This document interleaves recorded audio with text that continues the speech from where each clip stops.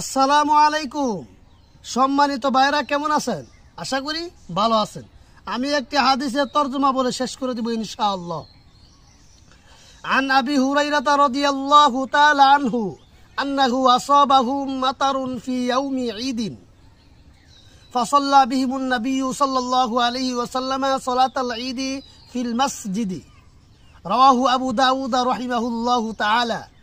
ইমাম আবু দাউদ রহমাতুল্লাহি আলাইহি উনার সম্মানিত কিতাব আবু দাউদ শরীফে এই হাদিসটি উল্লেখ করেছেন। আবু হুরাইরা রাদিয়াল্লাহু তাআলা আনহু থেকে বর্ণিত, আন্নাহু আসাবাহু মাতারুন, নিশ্চয় সাহাবা আজমাইনগণের জামানায় বৃষ্টি হয়েছে, ফি ইয়াউমি ঈদিন, ঈদের দিনে সাহাবা আজমাইনের জামানায় বৃষ্টি হয়েছে। ফাসাল্লা বিহিমুন নবিয়্যু সাল্লাল্লাহু আলাইহি ওয়াসাল্লাম সালাতাল ঈদি ফিল মসজিদি। তখন আল্লাহ নবী মুহাম্মদুর রাসূলুল্লাহ সাল্লাল্লাহু আলাইহি সাল্লাম সাহাবাগণকে নিয়ে মসজিদে ঈদের নামাজ আদায় করেছেন। এই হাদিসের দ্বারা স্পষ্ট হয়ে গেল কোনো জরুরতের কারণে, কোনো কারণবশত মসজিদে ঈদের নামাজ পড়া জায়েজ আছে।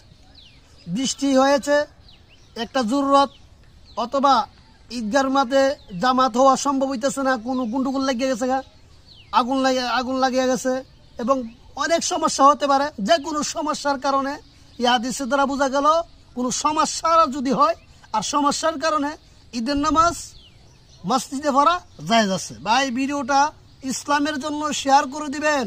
আসসালামু আলাইকুম।